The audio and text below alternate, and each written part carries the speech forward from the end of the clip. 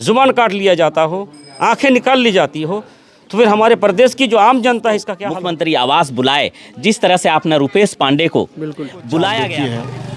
4-5 बेटी है, छोटा छोटा बच्चा है। 2014 से लेकर के अगर 26 तक का ज़माना देखा, यानी 2026 तक के अगर टाइम को देखें तो बदनाम ज़माना रहा यह राज्य यानी झारखंड, जहां अभी उपस्थिति हमारी हुई है, अपने आप में एक पहचान रखता है। पहचान इसलिए रखता है कि आम लोगों की, यानी मैं यह कहूँ कि अल्पसंख्यक और अल्पसंख्यकों में से चाहे वो आ जाए, मुस्लिम आ जाए या ईसाई आ जाए या फिर कोई भी यहाँ के आदिवासी समाज के कोई लोग आ जाए, उनकी जान की कीमत बस इतनी होती है कि भीड़ उसका फैसला कर दे, फिर उसके बाद सरकार फैसला कर दे इसके जान को कितने में ख़रीदा जाए, चाहे वो 4 लाख हो 5 लाख हो। लेकिन क्या सवाल यह भी तो होगा, कुछ दिन पहले झारखंड राज्य और बिहार समेत कई ऐसे राज्य गुजरे हैं यहाँ पे है जहाँ इस बात का अहद लिया गया कि अगर मॉब लिंच का कोई शिकार होता है, भीड़ तंत्र का कोई शिकार होता है, तो फिर उसमें एक नया चीज़ देखने को मिलेगा कि उसमें एक कठोरतम सज़ा का हकदार होगा वो लोग या वो भीड़ तंत्र का वो हिस्सा जिन्होंने किन्हीं लोगों का जान लिया है। क्या वो सारे चीज़ धरातल पर अभी उपस्थित है? अगर है तो फिर ये पप्पू अंसारी जो कि रानीपुर गोड्डा डिस्ट्रिक्ट के रहने वाले थे, क्यों भीड़ का शिकार हुए ये? आखिर क्या इसकी गलती थी? क्या ये वाकई यही गलती थी कि ये मुसलमान थे?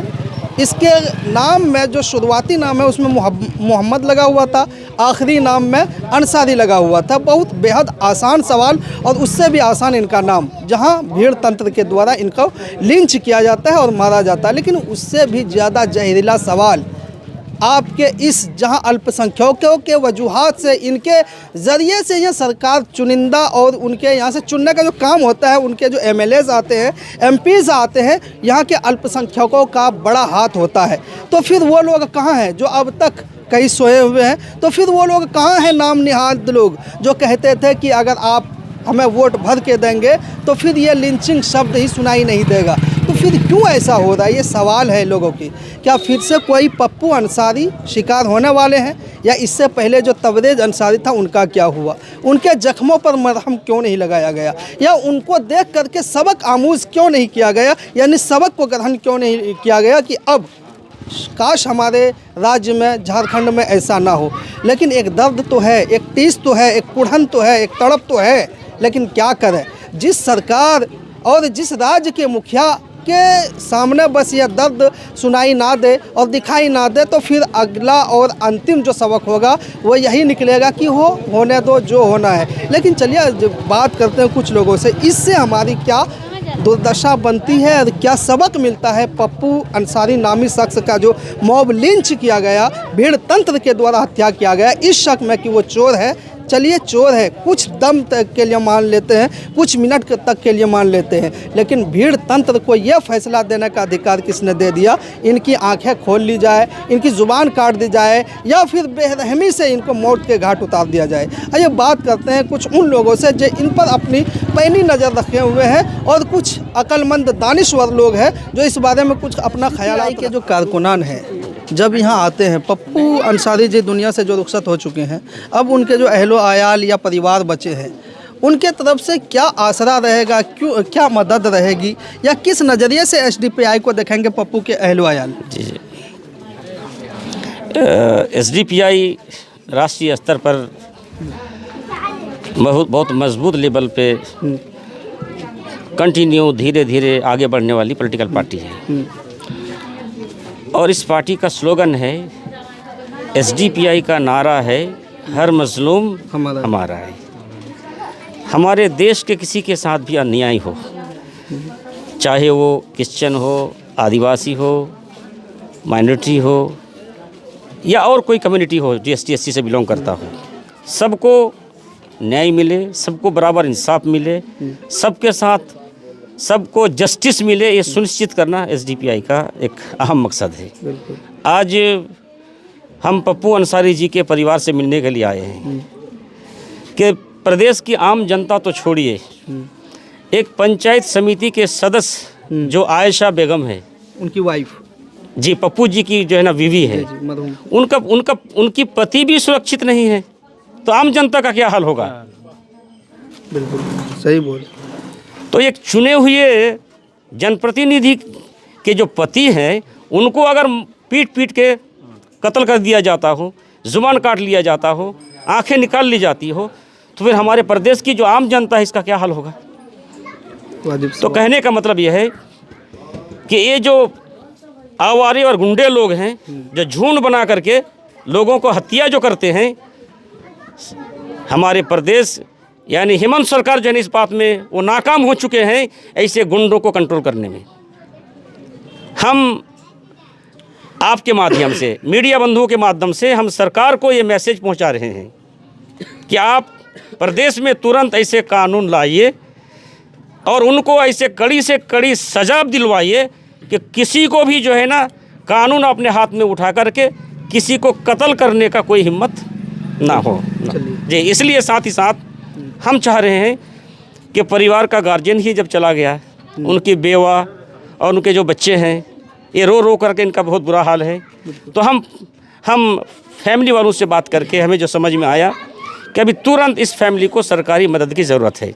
तो हम हेमंत सोरेन से और झारखंड सरकार से हम मांग करते हैं इसके परिवार को सही तरीके से आगे चलाने के लिए तत्काल 1 करोड़ का मुआवजा दिया जाए। इससे पहले भी हो चुका है, एक लोग इसी झारखंड में जब लिंच किया गया था उसको ऑफिस में बुला करके नौकरी 4th ग्रेड का और उसके मॉब लिंचिंग के एवज में जो मरहम लगाने के लिए पैसा दिया जाता है वो भी करोड़ों में दिया गया है। ये मरहम लगाने की बात नहीं है, बल्कि एक परिवार को बसाने की बात है, परिवार को जस्टिस और इंसाफ देने की बात है। सिर्फ बातों पे कह करके जो है ना वो काम नहीं चलेगा। Social democratic party of India एक ऐसी पार्टी है जो कैडर बेस्ड सिस्टम से चलती है और मुल्क के अक्सर इनको आप सड़कों में देखते होंगे कि जनहित के मुद्दों को लेकर के लड़ाई लड़ती हैं। तो आज हम पप्पू अंसारी के घर आए हैं तो हम ऐसे आए और चले गए ऐसा नहीं, बल्कि इस बात को सुनिश्चित करना होगा कि फैमिली को 1 करोड़ तुरंत दिलवाएं, एक इनकी बीबी को सरकारी जॉब दिलवाएं और साथ ही साथ इनके बच्चे और बच्चियों को पढ़ाने के लिए और शादी ब्याह कराने के लिए जिन चीज़ों की आवश्यकता होगी सरकार इस चीज़ को सुनिश्चित करें। और साथ ही साथ एक SIT गठित करके फास्ट ट्रैक मतलब कोर्ट में जो मुजरिम है, जो अपराधी हैं, जो भीड़ तंत्र में छुप करके जो ये पप्पू जी को कत्ल किया है, हम चाहेंगे कि गोड्डा के जो SP साहब हैं आप तुरंत जो है ना ऐसे लोगों को चिन्हित करके उनको आप अदालत में लेकर के आए और कड़ी से कड़ी सज़ा आप उनको दिलवाइए ताकि प्रदेश में या देश भर में किसी का नाहक कत्ल और हत्या ना हो, कोई बेवा ना बने, कोई यतीम ना बने। इस चीज़ को सरकार सुनिश्चित करे, ये हमारा SDPI का मांग है। MIM के वो प्रखर वक्ता और जिला लेवल के वो नेता हमारे साथ जुड़े हुए हैं, हर मुहाज पर हर कदम पर वो रहते हैं और मजलूमों के हक को मतलब उनका जो मिलना चाहिए था उनकी आवाज़ को जो है ना हम आवाज़ बनने के लिए आसिफ साहब जुड़े हुए हैं, इनसे भी बात करते हैं। आखिर यहाँ आने का एक मकसद है, उस मकसद पे कितना खरा उतर रहा है MIM या उनके जानिब से इनको कुछ सहायता मुआवजा कुछ है क्या? बिल्कुल आपने कहा और आप देख रहे हैं कि ऑल इंडिया मजलिस इत्तेहादुल मुस्लिमीन जो पूरे भारत में जिस तरीके से अपनी काम कर रही है और ये किसी से छुपा नहीं है। हर मुद्दे पे, चाहे वो तलाक का मुद्दा हो, चाहे वो NRC का मुद्दा हो, चाहे मॉब लिंचिंग का मुद्दा हो, हर मुद्दे पे ऑल इंडिया मजलिस इत्तेहादुल मुस्लिमीन आगे आती है और बैरिस्टर असदुद्दीन ओवैसी उसके सड़क से लेकर के सदन तक लड़ाई लड़ते हैं। और इसकी हमें भी ये जब पप्पू अंसारी के बारे में हमने सुना तो हमें बहुत बेहद दुख हुआ और हम अपनी उपस्थिति को दिखाने के लिए हम इनके पास परिवार के पास आए संवेदना के साथ में कि इनके साथ में हम हैं। जहाँ तक हो सकेगा इंशाअल्लाह हम लोग उसकी मदद करेंगे और इसकी लड़ाई लड़ने के लिए हम लोग सड़क से लेकर के सदन तक इसकी लड़ाई लड़ेंगे, आवाज़ उठाएंगे। एकदम बिल्कुल हम लोग आवाज़ उठाएंगे और सरकार जो झारखंड में हेमंत सरकार को सेकुलर सरकार बनाई हुई है और सबने वोट दे करके इसको बनाया है एक उम्मीद से कि हमारा ये सेकुलर सरकार के रीजन में मॉब लिंचिंग ना हो, कोई बेवा नहीं हो। लेकिन ये सेकुलर सरकार के रीजन में 2019 से घटना मॉब लिंचिंग का बढ़ते जा रहा है, इसमें बढ़ोतरी हो रही है, घट नहीं रहा है। मैं ये हेमंत सोरेन से ये मांग करूँगा और यहाँ से गोड्डा जिला SP से कि इसको तत्काल में फ़ौरन इसके सारे घटनाकर्ता को गिरफ्तार करे और इसको मुख्यमंत्री आवास बुलाए। जिस तरह से आपने रुपेश पांडे को बुलाया गया था, आपने अपने सीएम आवास पे बुलाया और आपने एक मुआवजा दिया और 4th ग्रेड का नौकरी दिया। मैं भी यही चाहूँगा कि इसको सरकारी नौकरी मिले और इसको मुआवजा मिले ताकि ये अपनी परिवार को चला सके आगे, क्योंकि इसका परिवार का मेन जिम्मेदार अब नहीं रहे दुनिया में। तो इसलिए इसको चलाने के लिए वो चाहिए सरकार से मदद, और सरकार इस पे कानून बनाए कि दोबारा फिर इस तरह से मॉब लिंचिंग नहीं हो। और ये जो मॉब लिंचिंग किया गया है, जिस तरह से घटना को अंजाम दिया, जिस तरह से आप लोगों ने सुना होगा कि बेरहमी से जीप को, जुबान को और आँख को फोड़ दिया, बदन का कोई हिस्सा नहीं बचा जिसको तोड़ा नहीं इसने। तो इस तरह से मारने वाले को सख्त से सख्त सज़ा देनी चाहिए ताकि दोबारा कोई मॉब लिंचिंग करने का प्रयास ना करे, और सरकार इस पे कानून बनाए। सिर्फ कहने से नहीं होगा। एक बार कानून को पेश भी किया था इसने, पेश भी किया था और कानून को इसने लागू नहीं किया, गवर्नर तक फाइल नहीं पहुंचाया।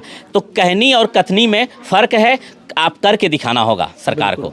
मैं यही चाहूँगा। ये कितना बड़ा जो है दुख वाली बात है या हो सकती है कि एक जो पब्लिक के द्वारा सेलेक्टेड है, इलेक्शन में जीते हुए जो नुमाइंदे हैं, उनके पति जो है वो मॉब लिंचिंग के शिकायत होते हैं। आम आदमी नहीं है, वो आम आदमी नहीं है, एक सिलेक्टेड आदमी है। मैं यहाँ के अभी गोड्डा जिला में 2 मंत्री हैं, बिल्कुल, और ये 2 मंत्री रहते हुए गोड्डा जिला में कई घटना हो गया है, कई मॉब लिंचिंग हुआ है। ऐसा नहीं कि ये पहला मॉब लिंचिंग है, गोड्डा जिला में कई मॉब लिंचिंग हो गया है। और ये मंत्री आज बता दीजिए कि आज 3 दिन है, और ये तीसरे दिन के अंदर में यहाँ के कोई जनप्रतिनिधि इसके आश्वासन देने के लिए मिलने तक नहीं आता है। बताइए कि कितना शर्म की बात है। हमसे वोट तो लेते हैं, हमसे हिस्सेदारी की तो बात करते हैं, लेकिन हमें हिस्सेदारी नहीं दिया जाता है। इसलिए ऑल इंडिया मजलिस इत्तेहादुल मुस्लिमीन इसकी आवाज़ को मजबूती से उठाएगा और यहाँ से लेकर के सदन तक हम इसकी बात को पहुँचाएंगे इंशाअल्लाह। गोड्डा जिले के अंतर्गत आने वाला यह रानीपुर गाँव अब जो है ना बदनाम हो चुका है, इसलिए कि यहाँ के एक बेकसूर नौजवान को, बेकसूर जो व्यवसायी थे मवेशी के, उनको जो है ना इस शक में चोरी के आरोप में मारा जाता है, मॉब लिंच किया जाता है, भीड़ तंत्र का हिस्सा बनाया जाता है उसको। उनके जो परिवार है, परिजन हैं, उनके अलावा उनके जो आसपास के रहने वाले हैं, जिसको अपने भाषा में गोतिया बोलते हैं या पड़ोसी बोलते हैं, वो हमारे पास है। तो आखिर इनका आप देखिए कितना बड़ा जो है ना खसारे का वाली बात है कि एक जो है ना चलता फिरता कल तक जो समाज में घूम रहा था, अचानक भीड़ तंत्र का शिकार हो जाती है। तो इस चीज़ को आप कैसे देख रहे हैं? चीज़ का भीड़ तो ये है कि देखिए, ये तो व्यापारी था, बिल्कुल, ये तो अपना माल बेच बाच कर उधर से आ रहा था। उसी दरमियान उन लोग गांव वाला ने चंदा के रूप में से या जैसे भी है उन लोग को रोक दिया गया, और चंदा के विषय में से उन लोग को पैसा, चंदा क्या रोड पे कभी कभार जो होता है? हाँ, वो गांव वाला सब संतान लोग। अच्छा, तो उसी दरमियान इनको घींच घाच के ले गया। वो चंदा नहीं दे रहा था या क्या दे रहा था, उसी में जंगा मंगा हो गया। उसी दरमियान उनको घींच लिया और मारपीट करने शुरू कर दिया। उसके बाद वो जो पिकअप था, वो पिकअप वो लेके ड्राइवर भाग गया। उसी दरमियान उसको क्या क्या नहीं किया, सवेरे उनको बहुत आया, भयानक से भयानक, उनको एकदम आप लोग बेरहमी से उनको स्थल पे पहुंचे थे बाद में जहाँ उसकी बॉडी पड़ी हुई थी? तो प्रशासन गए, उसके बाद फिर गए थे। प्रशासन के बाद आप लोग गए? प्रशासन थे, उसके बाद फिर गए वहाँ, सब सारी चीज़ देखी। उसके बाद उसको गोड्डा पोस्टमार्टम लाया गया।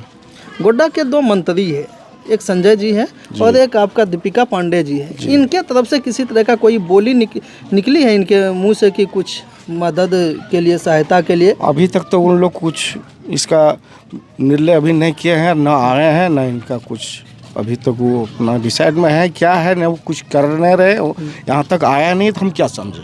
बिल्कुल, वो तो आपके घर के मंत्री है ना। जब तक घटना जो पपन तारीख हुआ तो कम से कम उनको आना चाहिए। बिल्कुल आना चाहिए। पूरा प्रदेश हल्ला हो गया कैसे ऐसा ऐसा, कम से कम वो वहाँ के यहाँ के विधायक था, यहाँ का मंत्री हैं, कम से कम आना चाहिए।